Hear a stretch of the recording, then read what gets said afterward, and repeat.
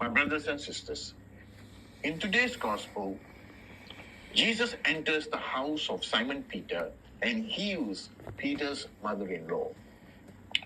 Tradition tells us that this home was a familiar place for Jesus during his public ministry.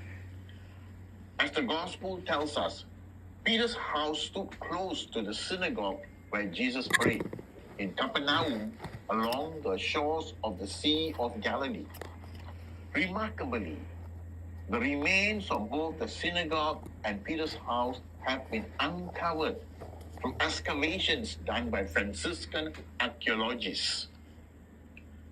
Today, a beautiful church rises over the site of Peter's home, with a glass floor that allows pilgrims to pray and celebrate Mass while gazing down at the very place where Peter, the disciples, and Jesus once welcomed and ministered to the people. From the earlier century, Peter's home was transformed into a house church, a place where believers gathered for prayer, even including a baptismal font among its ruins. What a powerful reminder that the great church we see today, with its magnificent cathedrals, was born from humble beginnings, a simple fisherman's house where Christ's presence brought healing and faith. The early Christians understood something essential. The church is a sacramental place where God is truly present with his people in worship.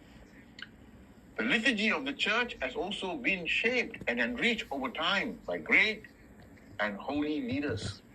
Among them is Saint Gregory the Great, whose memorial we celebrate today. A humble Benedictine monk was called to serve as Pope. Gregory used his wisdom and deep devotion to shape the church liturgy in the early Middle Ages.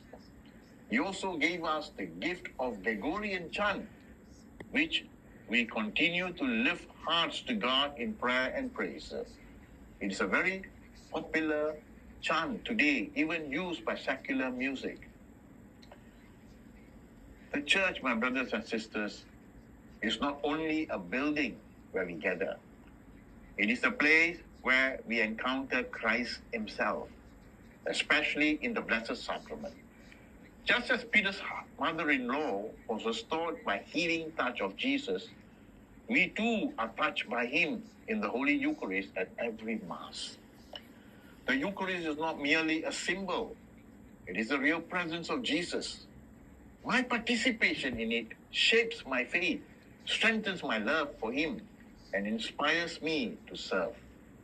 Notice how, after a healing, Peter's mother-in-law immediately began to serve.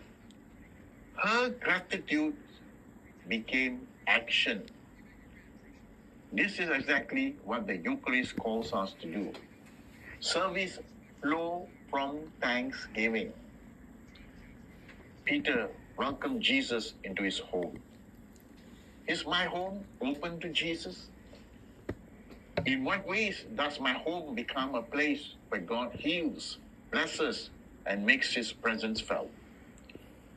For this reason, Christian home, through the faith and prayers of his family, becomes an extension of the church itself.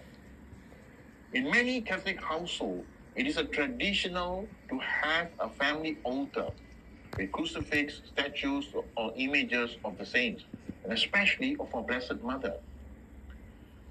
Around that altar, families gather to pray, teaching children that the home is a sacred place where God also dwells. Brothers and sisters, may our homes, like Peter's, be places where Christ is welcomed, where his healing is received, where faith is lived daily through love.